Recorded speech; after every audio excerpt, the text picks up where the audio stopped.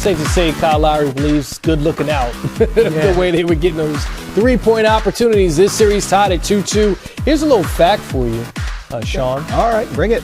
76ers 0-18 all time when trailing 0-2 in the series. They've never come back to win one. This feels different after these two games because, well, Joel Embiid back on the floor, and they're 2-0 when their MVP finalist plays. Well, Embiid is feeling better.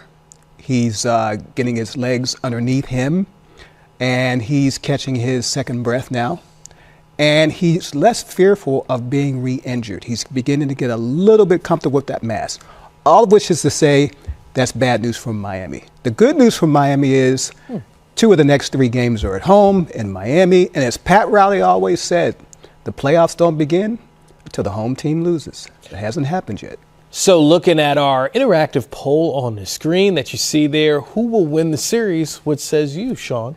You know, I still think Miami's going to pull this out, but I think this series is going to go 7. I will say, if James Harden has another fourth quarter explosion like he did tonight, all bets are off for Miami. There you go. James Harden. You know, people overuse the term vintage. That felt like the James Harden of old that we hadn't seen this postseason yet. Yeah, and the other fearful thing for Miami is Kyle Lowry. Is he going to be healthy for the rest of this series? They need him. They need his three-point shooting, his presence, obviously, also his three-point shooting. And the other thing is, I think Eric Spoelstra, if he had it to do all over again in this game, he would have played Duncan Robinson. You have to understand, Miami was struggling from the three-point line.